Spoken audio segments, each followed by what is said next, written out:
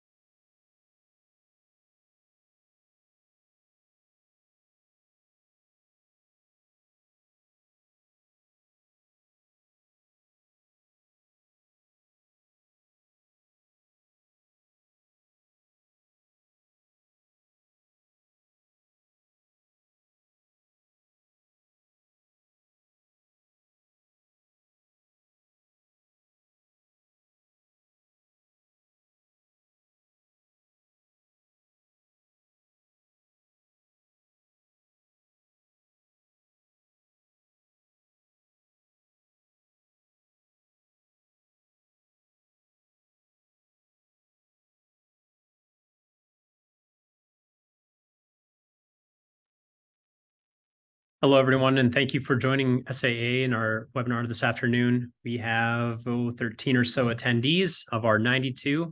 So we're going to give everyone a moment to log in and we'll get started here just after 2 Central.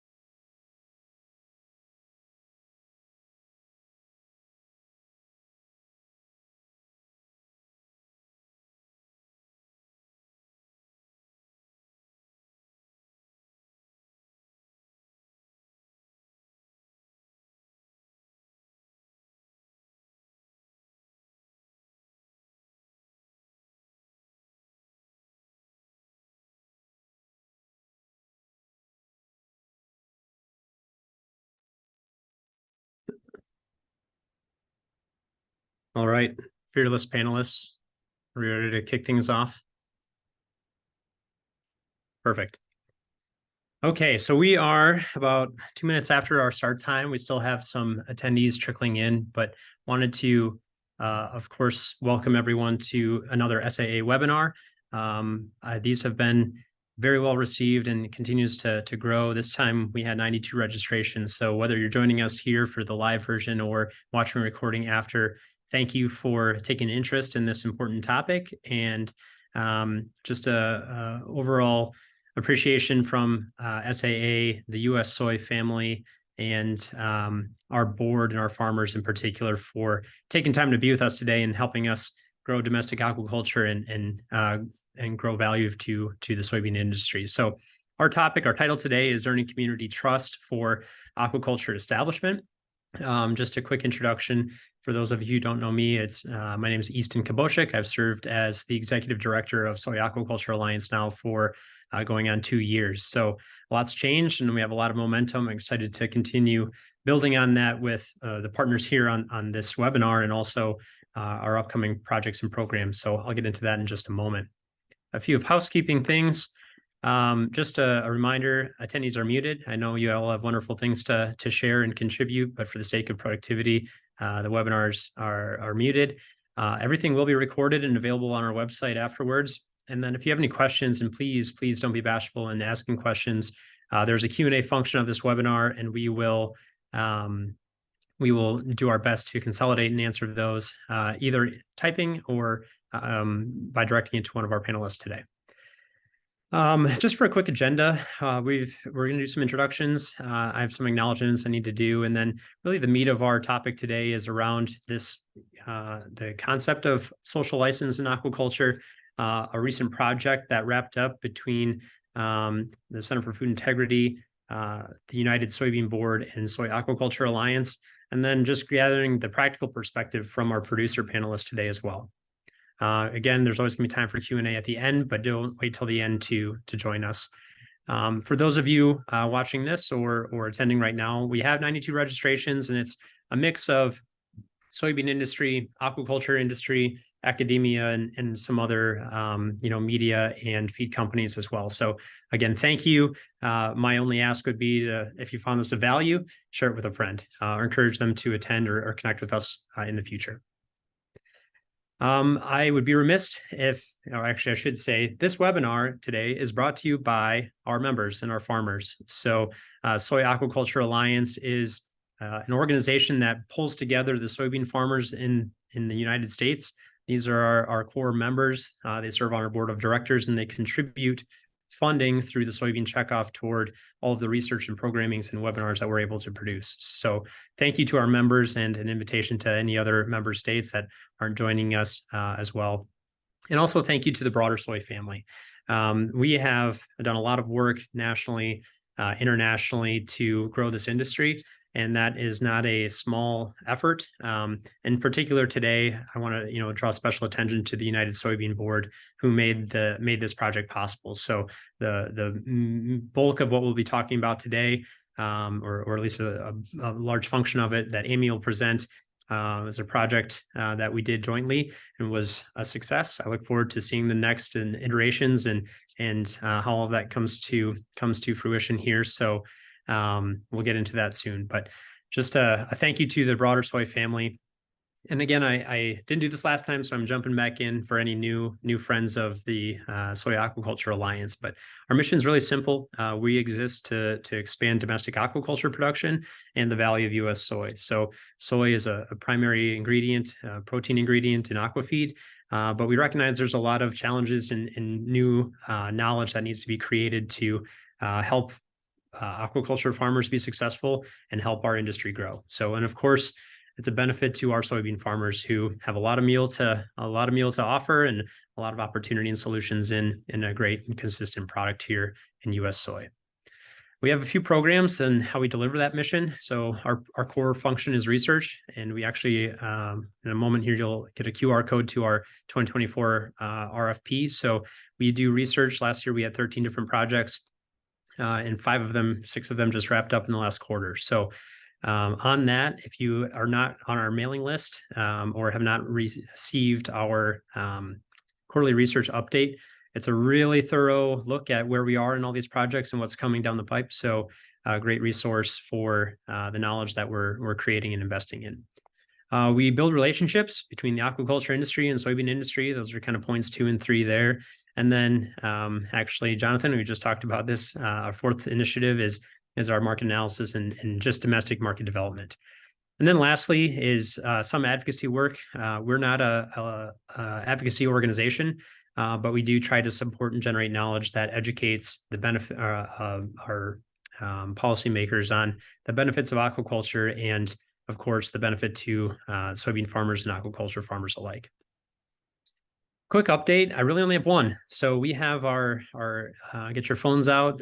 We have our RFP that just dropped earlier this month. Proposals will be due January 1st. And I'll expand just a little bit. These priorities are continuing to be refined. We are really trying to take a very practical approach to our research program this year. So any opportunity for on-farm trials for practical and commercial application of research is going to be our emphasis. Of course, there's a lot of other problems and opportunities in the space, but you'll see all of that in our RFP. And if you have questions, please reach out. I likely won't be able to answer the technical ones, but I will find you the answer somewhere. So an invitation to support us and partner with us in research. Ultimately, I think we're all benefiting from that knowledge and appreciate your guys' partnership in that effort. Okay, so a few introductions here. We have a very talented panelist, some new friends of mine, some stronger friends over time here. So I have a pleasure of introducing Dr. Jonathan Van Senten with Virginia Seafood Ag Research and Extension. I would ask too, please give an additional introduction of yourself, because I don't know you as well as you know you, and I think it would be a benefit to our audience as you jump into your presentation. We also have Amy Blatt-Church with the Center for Food Integrity. Amy is the project lead for the co-funded project between SAA and USB that I referenced earlier, and really a great project, and she'll be sharing a resource that was an outcome of that project over the past, 6 months. And then my good friend, Dennis Peters, who is our producer perspective of the day and also a good and knowledgeable person in the industry. I had the pleasure of meeting Dennis in person and learning from his experience just last month. Actually, that was September already, 2 months ago. Time's flying. In September down in Miami. So a wealth of knowledge, not only on this topic, but also on the permitting and regulatory process, on aquaculture business, entrepreneurship, just a very generous and wise and humble human. So thanks for being with us, Dennis. So really goals for today, and this is a little bit, nebulous. I think everyone has a different goal and perspective to add, but I wanted to simplify it and just to discussing the concept of social license. What is it? Why is it important? What are we, how is it a tool and resource for growing U.S. aquaculture? I want to review the successful social license project. That's where, I've referenced that a few times now. And not only that, but the model that has been implemented successfully to earn community trust. And then lastly, just learning from the producer perspective. So Dennis was intimately involved with the project that we'll review today. And has learned a lot, and I think has a plan for the next steps of that. And if not, I'll be asking him in my canned questions at the end of the webinar. So that's my goal. But of course, I think everyone here has their own goal, and I hope you present that again in the Q&A, so we can get you the information you need and fulfill your reason for taking time out of your busy schedule. So with that, I'm going to try to pass control here. We practiced this earlier, so bear with me as I give the control over to Jonathan and kick us off with your presentation. And again, please give a brief introduction of yourself and get started. Sure. Thank you, Easton. Hi, good afternoon, everybody. My name is Jonathan Van Senten. I'm an assistant professor extension specialist at the Virginia Seafood Agricultural Research and Extension Center, or just Seafood AREC for short. My focus area is economics of aquaculture and marketing. I'm the assistant director here at the center, but I lead the CMAR team, which stands for Seafood Economics and Marketing Research. And that's what we do. We focus on applied projects to meet stakeholder and industry needs in the area of economics and marketing. So I'm happy to chat with anybody further offline. If you're interested, my contact information will be here. You can reach out to me, but let's stay on topic and let's talk a little bit about social license for U.S. aquaculture. And I do want to acknowledge my collaborator that's worked with me on this work. That's Dr. Carol Engel, who is listed here as a co-author as well. Okay. All right. Okay, that works. Sorry about that. Okay, so I want to set a little bit of the background as to how we even got to talking about social license in the first place. And I think several of you here in attendance are familiar with some of these statistics, but for those of you who are not, you know, we know that the U.S. regulatory environment is very stringent. In fact, an assessment that was done in 2016 identified it as the third most stringent amongst countries where aquaculture is practiced. We also know that the U.S. is experiencing lower growth rates of aquaculture. And we have documented calls for regulatory relief going back to 1979 in writing. So there's evidence that suggests that the regulatory environment can affect the growth and development of aquaculture. And we've seen that across a number of studies. So I'd like to just revisit that a little bit and say that myself, Dr. Engel, and our partners that are listed here, University of Florida, Mississippi State, and others have been looking at the cost of compliance at the farm level for U.S. aquaculture. And this is just a snapshot of all the different species groups that have been assessed to date, where we've gone in and actually looked at quantifying those compliance costs. And you know, that's really kind of what started us on this pathway about thinking social license. And I'll get to that here in the next slide. So, you know, on farms, we see these costs that manifest in different ways, right? There's regulations that lead to increased costs. They lead to effects on revenue, as is described here in this figure. Challenges for people with regards to permits, especially a lot of challenges with obtaining permits. And then also with changes on the farm, adapting to new technologies, adjusting to new market trends.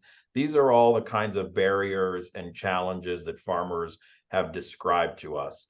And the effects of that end up being lost revenue, right? Lost revenue or lost opportunities on farms. And really what we see is constrained growth. So the complexity of the regulatory environment and some of the implementation of those policies is forming a barrier to the growth of U.S. aquaculture. And that's what we've been able to document with our past and still some ongoing research.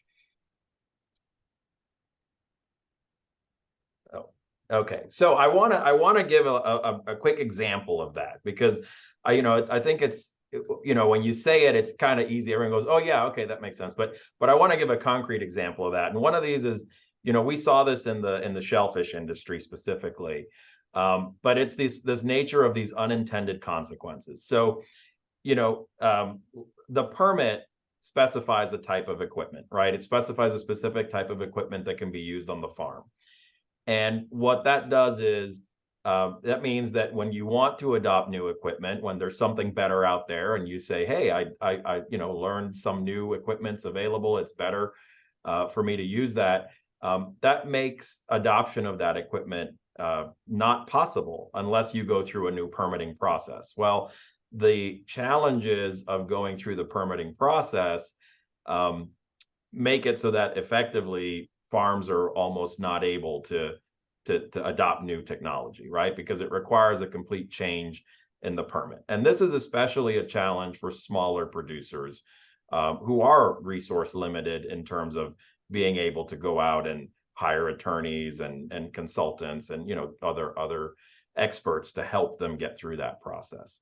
So that's an example of how an unintended consequence of, the stringent regulatory environment, which specifies a type of equipment in a permit, leads to this unintended consequence. So we've collected all this data. We've looked at this. There's several deliverables, fact sheets, infographics that you can find.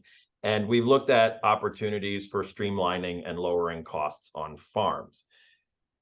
But that led to a conversation and a discussion around these questions that I've listed here loosely. And that's, why are the laws written this way, right? What is the reason for this increased stringency that we see here in the United States? And how do we address the opposition to aquaculture amongst the public? These are things that, kept coming up. And certainly that wasn't the intent to answer these questions with the work that we were doing, but it was unavoidable to ask ourselves these questions in that process when we were quantifying these costs. And so that's really what brings us to, social license. I've taken a definition here from a different source. I'm not going to pretend that I'm a mastermind of social license, by no means. I'll leave that for Amy, our next speaker. So, but social license really is about the perceptions of local stakeholders to a particular project company that operates in a given area, and that it's really about trust. And I won't go more into it than that. I'm going to leave that for Amy, but it's really about trust. And what I want to focus on more importantly is what it's not, right? It's not consumer perceptions. It's not an ad campaign. It's a lot more complicated than that. So I don't want people thinking that it's, if I just go out and advertise, I'll build social license. That's not the case here. So I'll talk a little bit about our experience. And as Easton mentioned in the introduction, we did a funded project. We had a funded project through the North Central Regional Aquaculture Center. You can see there the partners that were part of that work, focused specifically on the trout industry in the North Central region. And we partnered with the Center for Food Integrity to try and look at social license in this region for trout.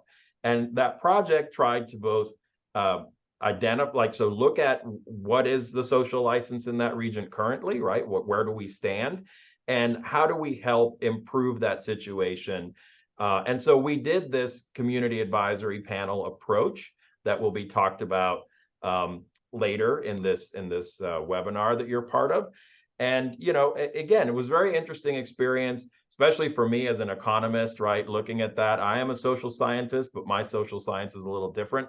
But being part of those meetings and listening to the conversations and really trying to understand what drives trust within that community for our producers to enable them to be able to do what they do in terms of raise fish and expand their business opportunities.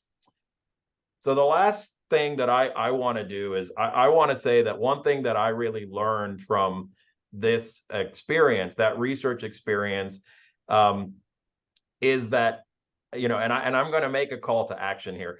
Aquaculture is a relatively small industry in many states, and it does not enjoy strong political support throughout. And so I think it's really important for all of us who are somehow part of the industry connected to aquaculture, whether we're researchers, extension, private industry, NGOs, it doesn't matter. We all have a role to play here in terms of helping to build social license for aquaculture. And we all have to be prepared to help when a situation arises that needs some of our voices, that we can lend our voices to as credible sources of information to help both kind of push back on some of the misinformation, but also to help build trust. And with that, I'm gonna leave the further discussion for Amy, but my contact information is here and I'll be around. Again, if anyone wants to reach out, I'm more than happy to talk. And thank you for having me here today. Thank you, Jonathan. I have a few questions, but I'm going to hold them till the end and see if Amy doesn't answer a few of them first. But again, thank you for being here. Amy, I will try to share control with you. Should be good to go. And again, please please give a brief introduction on the Center for Food Integrity and also your background as well. Yeah, thanks so much, Easton and Jonathan, for the great setup. And I thought your description and definition of social license is completely spot on, and I can agree with that. So first, a bit about myself. Again, Amy Taplata Church.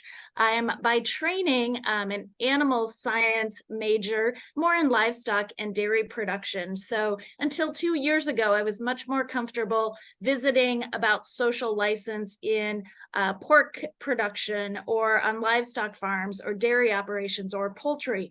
But in the last 2 years, being involved with these 2 different projects or 4 community advisory panels in aquaculture, what I've learned is that the issues are very similar.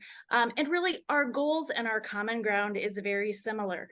So whether it's fish farming or pork, dairy, eggs, all of those, we are producing valuable, beneficial food through and with animals. And with those operations come some questions, especially as agriculture and food production in general has simply changed over the last couple of decades. The way and the look of food production has changed.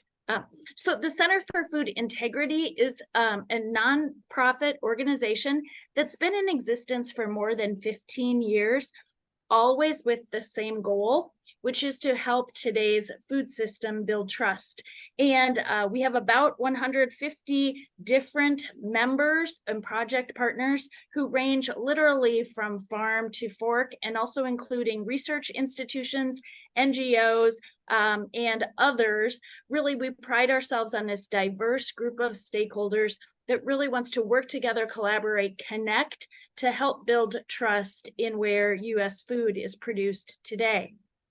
So the opposite of trust, or when we do not have public trust, it shows up in some really obvious and often negative ways. So those could be actions from advocacy groups, negative comments at hearings in front of policymakers or local communities and town halls, negative news media, or negative opinions and headlines that come through from online influencers, bloggers, on social medias. So just a few of the examples of when trust does not exist.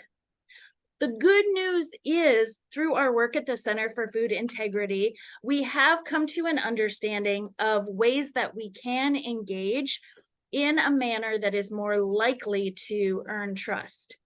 So what we do know is that freedom to operate, or the social license that Jonathan introduced, is directly tied to public trust.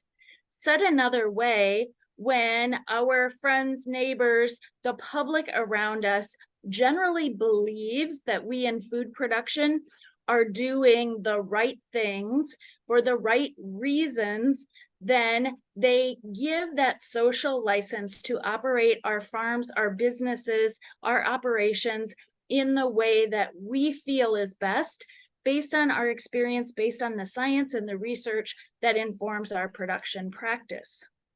And the other good news is that we have very well documented our understanding of what factors earn trust in food production. This model you see here is based on research that was done between the Center for Food Integrity and with Iowa State University, published in a peer-reviewed journal. And what we did is we were examining the factors that really drive consumer trust in food production. And we started with more than 30 different factors or potential drivers to build trust in food. 3 of those factors rose to the top. Influential others. So what are the opinions of our friends, neighbors, family, medical professionals, online favorite influencers, those influential others that influence how we believe. The second factor is competence. Do I believe that this producer has the know-how, the skills, the science, the facts to do the job right? And the third factor, and spoiler alert, the most important factor, is confidence. So do I believe this food producer is producing food in a way with values that reflect my own. So of those 30 some different factors, these three, influential others, competence, and confidence, rose to the top. But we wanted to know really what is the key driver.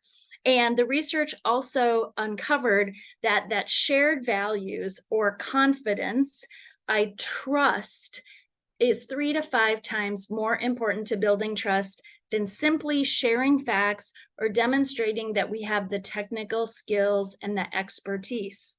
And that 3 to 5 times more important, in fact, really surprised the researchers.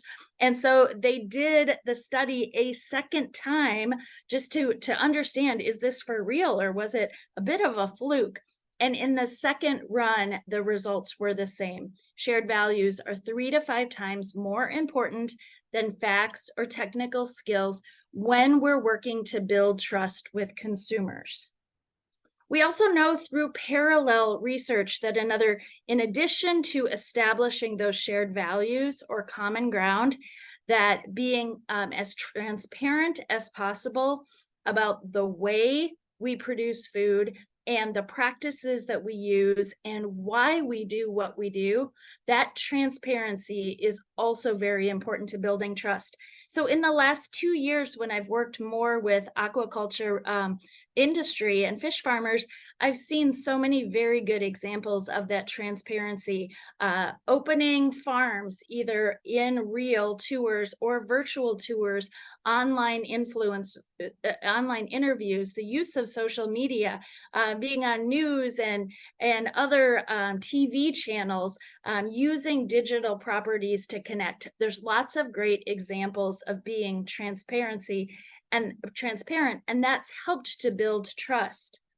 I would also submit to you that it feels like that distrust or that skepticism in a community, and whether this is a pig farm, a dairy, or aquaculture, it feels like that distrust or skepticism comes more frequently if it's a new operation or an expansion or growth mode, or there's been some kind of event that's triggered the questions and the curiosity. So it's in those different situations where it feels like a more strategic approach can help us to build trust. So in new operations or expansions, or when there's been a trigger event, there's an approach that we at the Center for Food Integrity have found has worked well in different communities, whether that's around meat processing or dairy operations or other livestock. And that's this concept of a community advisory panel, or CAPS, as we call for short. So this reflects a strategic, defined process to build relationships, understand, listen, and then be able to address the concerns coming in the community, and identifying where there's common ground, sharing information proactively and transparently, and then identifying those outcomes that are beneficial for both the food producer or the operation and the local community in which it resides. So with these CAPs, or community advisory panels, as I said, this has been a successful model in different industries. And so the crux of the projects that Easton and Jonathan have both referenced would be if this same approach with the CAPs also is effective with aquaculture operations or fish farms. So as I mentioned, there have been 4 different community advisory panels in 4 different states that we've been involved with over the last 2 years. So my comments are general to all of those experiences, but we'll share some specific examples of one CAP that was in South Florida operating in this current calendar year. So when we're looking to establish a community advisory panel, simply said, this is a panel of local residents who are very interested in what's happening in the community and they're in an informal, usually, position of leadership, and they have influence over others. So perhaps they're very active in community organizations. Perhaps they're on the school board. Perhaps they're active in a related industry, or recreation or such, or active in some interest groups. And they really want to understand more what's happening in the community and be able to share that. So in this project that was funded by US Soy and the Soy Aquaculture Alliance, the first thing that the Center for Food Integrity did was really looked across the US to identify where is there an operation that's considering expansion or building new, and understanding what time and what stage of development they're in.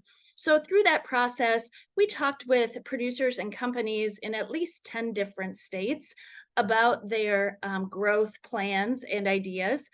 We did narrow to one operation that we felt really exhibited the conditions that were most likely to have positive community engagement.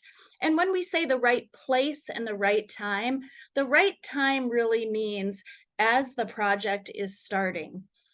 We can think of many different examples where when something new is going on in a community, there's already buzz about it. Opinions have already started to form.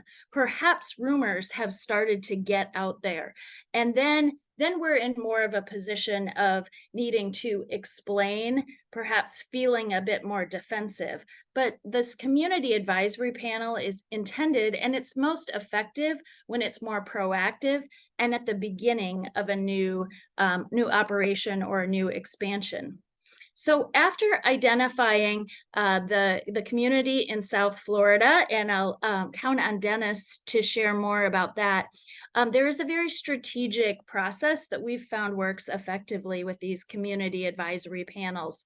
So our goal is to identify at least 10 and no more than 15 participants in the community. And again, we're looking for those natural leaders, those influencers. So as they learn more, they'll share what they've learned with their peers around the community. So we feel like that number of 10 to 15 community residents provides enough diversity for different opinions, and it's small enough that we can have open, casual conversations. In our experience, it takes at least 6 months and 6 meetings. In this case, we had meetings once per month over a 6-month period, but it takes at least that time.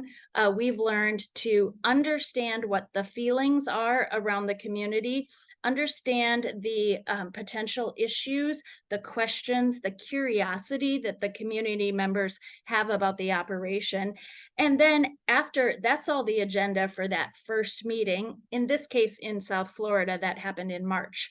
And then in the 5 meetings following, then we took each topic one at a time and invited credential experts and others to describe and answer the questions with just as much transparency as is possible, and as the producer feels they're ready to share. So some of those topics generally with the aquaculture caps have included: what are the effects on water quality? Are there potential pollutants? In the case in South Florida, what's the impact on the coral reef? And other questions like that. It could be about job opportunities and the economic development of the community.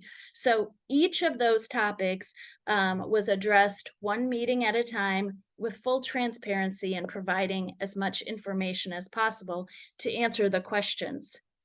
I'll share just a few of the outcomes, and then I'm really curious, and I'm sure you are too, to hear from Dennis on his perspective. These are anonymous comments that were shared by those community members who participated in the CAP in South Florida. So one saying, The meaningful takeaway is that the developer, the producer, is accessible and invested. I really appreciated that he showed up to every meeting and engaged. When an outsider with big ideas comes into a small community, it can be very challenging. And there are some people who are better suited to navigating the system than others. Yep. A second participant said, please keep the door open for community feedback and engagement, at least for listening. I think this project has a very good chance of being successful and beneficial to the community. So those were comments that were shared after the 6th meeting. We also did a pre-survey and a post-survey to understand if there were changes in beliefs among the participants in the CAP. So we had several statements, and the way these were framed are with the statement, and please rate your agreement with the statement on a scale from 1 to 10. So with the statement, I support the advancement of aquaculture in the area. Before these meetings started, 40% of the participants agreed, and that moved to 70% strongly agreeing after the 6 months of engagement. Another statement, a seafood farm will negatively impact the reef. Only 30% disagreed with that, and then 91% disagreed by the end of the engagement. So a positive change. And then finally, aquaculture production in the area can help shrink the U.S. seafood deficit, which of course we understand is probably a shared goal for many of us.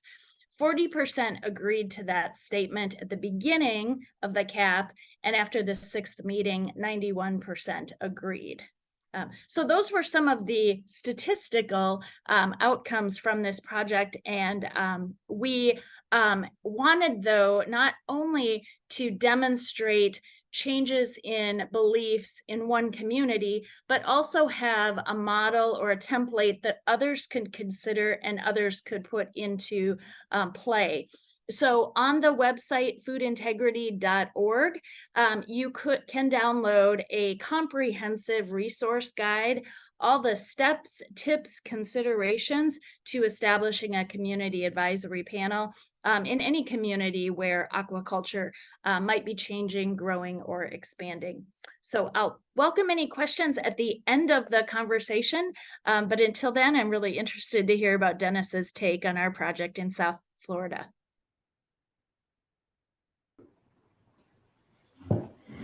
Thank you, Amy. Every time I review those statistics, it still surprises me. So maybe prepping or Dennis, you could comment on this too. But you mentioned it's about building trust, and I'm just curious. What trust did you learn as a result of those conversations? So I don't know who's best suited, but maybe Dennis, and I'll let you kick it off with your prepared thoughts and reactions to Amy. And then I think that's one of the root examples, not only, for anyone looking to begin an aquaculture farm, this is a great step in getting started and building that community trust and engagement. And then, so Dennis, I'm curious what you learned from that experience and any advice you might have for other producers or anyone supporting producers in U.S. aquaculture. Certainly. And just as a brief introduction, Dennis Peters with Gulfstream Aquaculture. And this particular project, not only in concert with the Center for Food Integrity, as well as the Soy Aquaculture Alliance, also was a joint venture with Ocean Era, research and development firm for aquaculture out of Hawaii. My background is primarily in marine fisheries, aquaculture, and oceanography. I've been focusing on permitting and regulatory work, and I feel that everything Jonathan said earlier is spot on in terms of the hurdles there. With all kinds of projects in the marine environment, from aquaculture permitting to telecommunications to other structures in the Gulf of Mexico, Atlantic, and the Caribbean. This particular project and focusing on the trust aspect, when we were first approached, I really just applauded the approach of the CAP process. In our perspective, however, we found that the CAP process wasn't introducing a known or traditional industry to a new community, but it was a double hurdle. It was introducing an unknown and perhaps new industry to a new community. So as a hurdle in one respect, it also provided an opportunity in a second respect, because we were able to provide our own kind of description of what is offshore aquaculture versus everything else preconceptually they had in their mind of what aquaculture was about, and be able to walk them through from submersible net pens to the state of the industry worldwide, the fish feeds we use, including with soy products, as well as broodstock hatchery and grow out. But to answer that question more specifically, the level of trust, that close environment where you have a captured, say, membership or audience, if you will, for the 6 weeks period, I think, and one of the pretenses was that there was supposed to be very, very little social media outreach, or none at all. And you may have mentioned that, Amy, and I forget, but that was a key aspect. They were encouraged to talk to their friends and other influencers in the community, but not to necessarily broadcast through email the events or the even results of the meetings. I think that worked as a high level of trust for both sides. They felt uninhibited to ask questions they normally possibly would not have asked, or to the detail they wouldn't, and allowed us to respond to those questions probably in further detail than we would otherwise in an open public stakeholder outreach session. So I think real quickly after even the second meeting, we began to build more trust than I ever thought we might, just based on the level of questions they asked. And I think what also led to that was us willingly to bring in subject matter experts to address each of their top priority concerns or questions without it coming from an industry related person or necessarily from Gulfstream or Oceanera. So we brought in subject matter experts from NOAA Fisheries, from coral reef institutes, universities, the Chamber of Commerce, and probably a couple others that I'm forgetting. And I think that led a lot of credibility to the responses and questions they had at any given time. And they knew that it just wasn't industry driven, but it was a kind of from a conservation perspective worldwide of how these different questions are being addressed. And I think that alone, by the second and third meeting, really led to a level of trust that I'm excited about. As Easton commented, I'm looking for ways to continue what we have, to not lose the leverage we've gained, and to continue on with this same CAP process, and hopefully utilizing CFI as well. If I could, when Amy and Dennis, we were talking about this as well, you mentioned that you benefited in your project planning, benefited from these meetings too. And I can't remember the specific example, but I think there was one of the participants didn't trust one of the analysis that you had on either a current or the location of something important. I couldn't remember. Is that ringing a bell? Yeah, absolutely. Could you talk about that at a high level, and just what you gained as much from that perspective too? Many of our permitting activities begin with a very thorough environmental baseline survey or siting analysis. And we incorporated a lot of siting analysis assistance from at least 2 or 3 different organizations from NOAA Fisheries to assist us with this. And with that, oftentimes in the offshore environment, you're utilizing known data sets, either acquired by research developers from universities or from weather or current or wave buoys that NOAA Fisheries has established.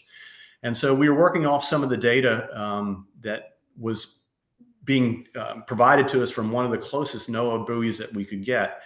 And one of the commercial fishermen that was part of our CAP panel questioned us both during the meeting and then later on, just saying, you might want to revisit some of those values. And of course, I trust the working waterfront, right? They live out there in the offshore environment day in, day out. They know their environment. And we're really grateful to have a representative of that industry participate in the panel. And so we acted on that, and we found some funding to actually deploy an ADCP to go out and start to measure current and wave height in concert with what we knew from NOAA Fisheries. And so it was very beneficial that we acted upon his recommendation. And we're just now currently analyzing that information. I really don't have any preliminary results to share right now, but we're very grateful for his question and sparking us to say, okay, let me rethink that. Let me get out there and get some additional ground truthing. And we'll continue to do ground truthing with this project as well. It's great. It's a great example. I guess what advice, Dennis, would you give to other developers, other producers? I mean, it sounds like this was a great example. Is it something you'd recommend? Are there things that you wish you would have done differently throughout this entire process? Not necessarily. I really enjoyed, again, I came in with no preconceived notions of what the CAP process was. And I kept saying to myself, okay, this is stakeholder outreach. And then the more I realized and was experiencing it month after month after month, I realized that it's really what we would determine pre-stakeholder outreach. And we were only getting these trustful questions and responses because of that closed audience and just that they didn't have to be fearful of how we were going to respond, and that we were getting third-party subject matter experts to respond to their questions. And I think that just went a long way. And I can't overemphasize that for any traditional or new industry moving into a new community, whether you feel the community is predisposed with their own understanding of that industry, and whether it's because of an event, as Amy said, or because of the permitting or costs, as Jonathan laid out. I think the CAP panel allows you to really have that intimacy, if you will, with a group of 15 people for an extended period of time. And I think then it can be used as a lead in to the actual public stakeholder outreach. And that's how I intend to use the follow-on by having one more segment of CAP to lead into the actual public stakeholder outreach. And I think that will benefit us tremendously going forward, particularly with our permitting application process.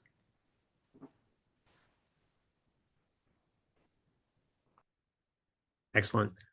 So a question from David Klein. How were you able to get the influencers, and this may be for Amy, how did you get the influencers to commit to attending to monthly meetings? These folks tend to be very busy. How many did you have to ask to get to 10? Yeah, that's a great question. And before I answer that, I also want to, before it leaves my mind, I also want to mention a bit about the personality types that seem to lend themselves best with a community advisory panel. So I think it's really important that we're also looking for not only the quota of 10 to 15, but also personalities that are really curious, concerned about the community, and they're willing to engage and kind of see different perspectives of a topic. So said another way, if there's a community member who already has a really pre-established opinion, or maybe leaning on the negative, you can identify if they see any kind of give and take and an openness and willingness to get new information. So not just a quota, but also types of folks that really want to collaborate and engage. So generally, we plan that we would need to invite at least twice as many as we want final participants. So we need to invite 20 to 30 different residents to have that core group of 10 to 15. In this case, with the operation in South Florida, we did visit with a few more than that. There were a couple of kind of extra challenges. We like a challenge.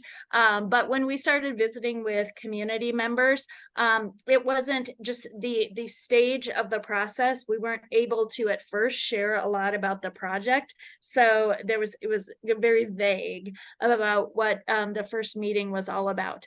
And then secondly, the fact that there's no one from the operation living in the community, so there wasn't a real natural starting point with individuals. We found the Chamber of Commerce, local education folks to be really helpful in connecting the dots. So in this case, we did invite a few more, I think, but what kept folks coming back were a couple of reasons. First of all, we kept a consistent meeting time after identifying kind of what's the best time of day of the week that works best.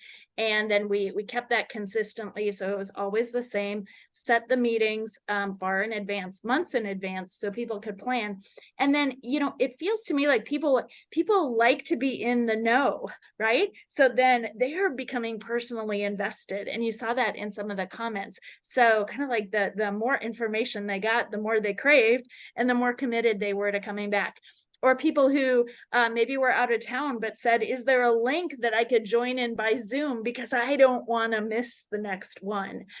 So those were, it's kind of like once you get them hooked, then, you know, they're in it for the duration. Thank you, Amy.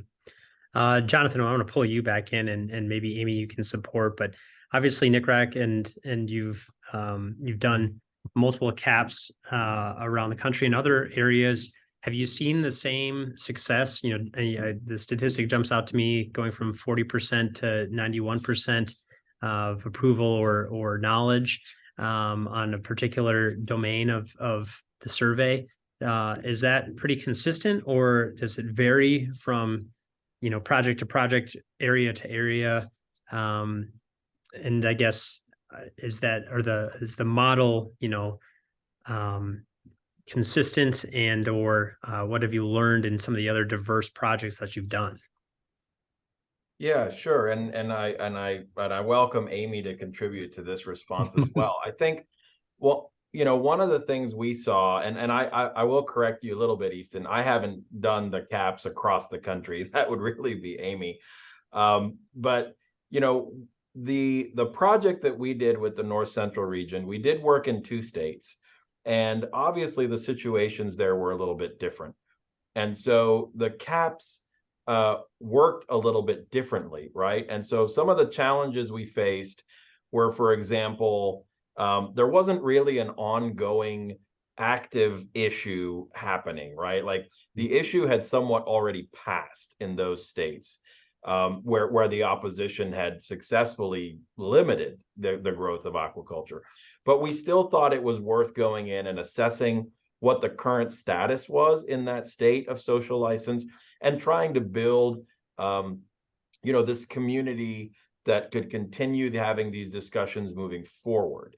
I will say that I think, you know, the outcomes were positive, right? So in both of those states, we were able to identify a group of stakeholders that could have these conversations and did meet regularly and had these conversations to advance the understanding and acceptance of aquaculture in that community.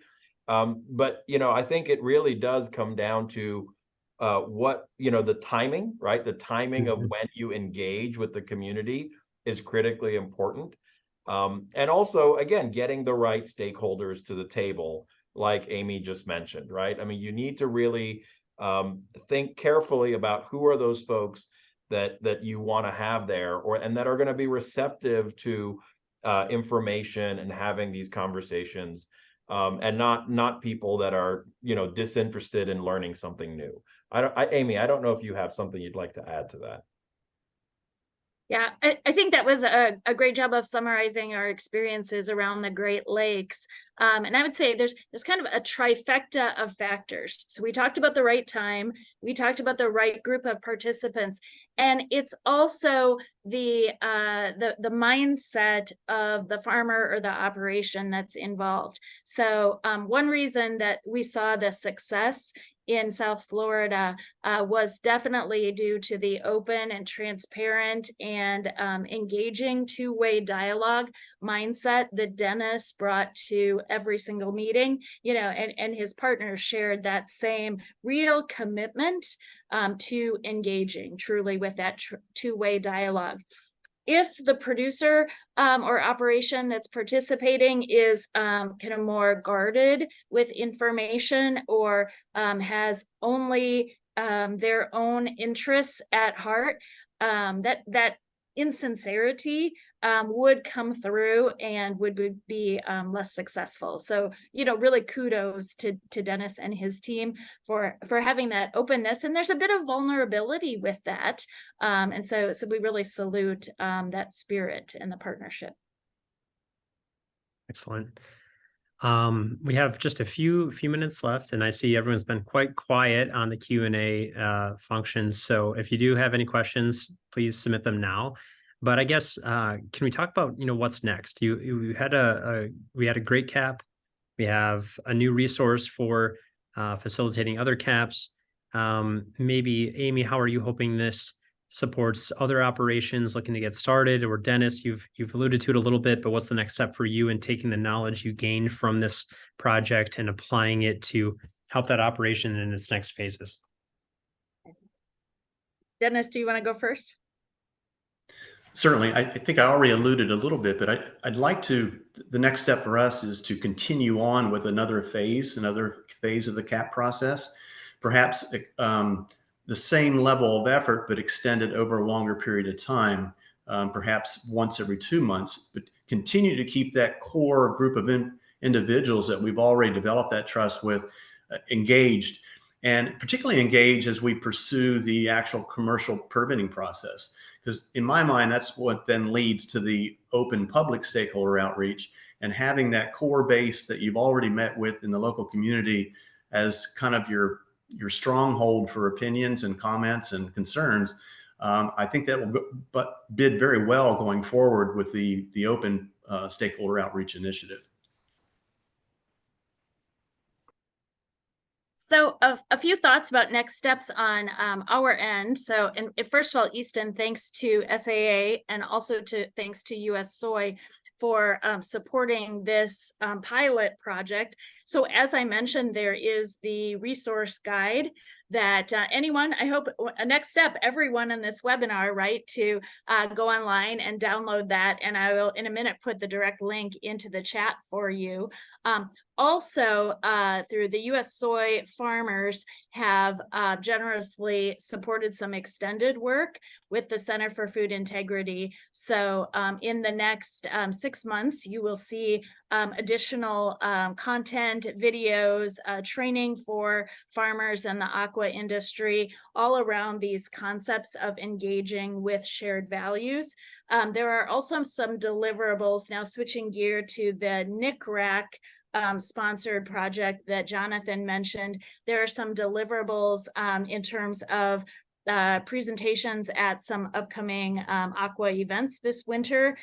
So just learning more and furthering this dialogue around social license and building trust.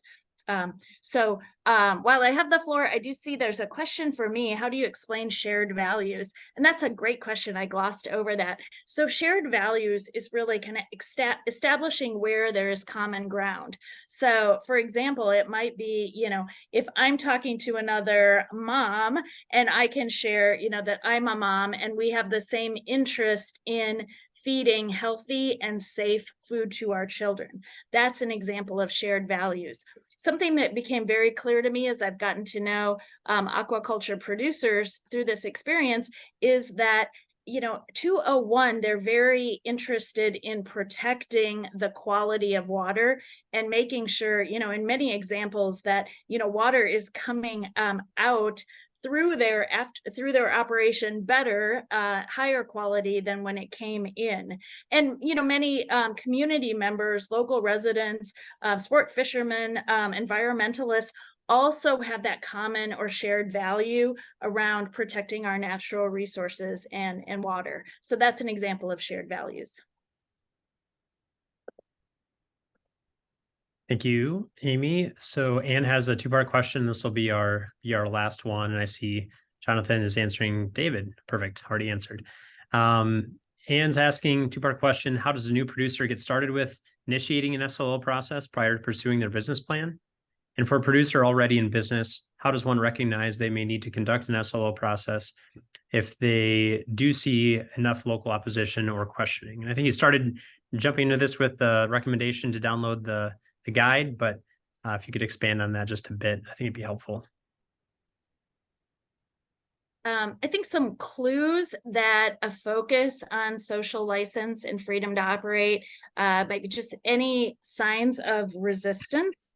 Or if there's been any extra hurdles in a permitting process, just any sniff of negativity that's come through traditional media or online, but frankly, if you're starting to see that publicly, then you're already moving into a space of defensiveness, having to play defense, and really earning social license is about being proactive and being on the offense. So another way to look at that is simply a kind of more proactive ways to engage with neighbors, local residents, and others, kind of asking opinions, inviting to an operation, or finding ways, seizing that natural curiosity that people have about where their food comes from, and inviting them into your operation, just with proper biosecurity, of course, but inviting them in and showing like, hey, the barn doors are open, we have nothing to hide. Excellent. Well, thank you, Amy and Jonathan and Dennis again. I know you're all very busy, and thanks everyone that joined us too. Taking time out of your day is always appreciated. And I hope this was valuable. I think it also is going to beget many other questions. But if you have one, please, my contact information is on the screen. If you have any follow-up information or resources, I've had a few ask for the RFP already. I'm happy to share that link with you. There will also be a follow-up email that will link directly to the CAP guide that was referenced a few times throughout the discussion today. But I think we're at a good stopping point to wrap up and look forward to our next webinar. So we'll get started again in early 2024 with the next topic. If you have ideas or things you're curious about or recommendations for a topic to either speak on or invite speakers to speak on, let me know. But we will wrap up for today, and a heartfelt thank you to everyone who made time to join us. Thank you. Excellent. Happy holidays and stay safe, everyone, and we'll talk soon. Thank you.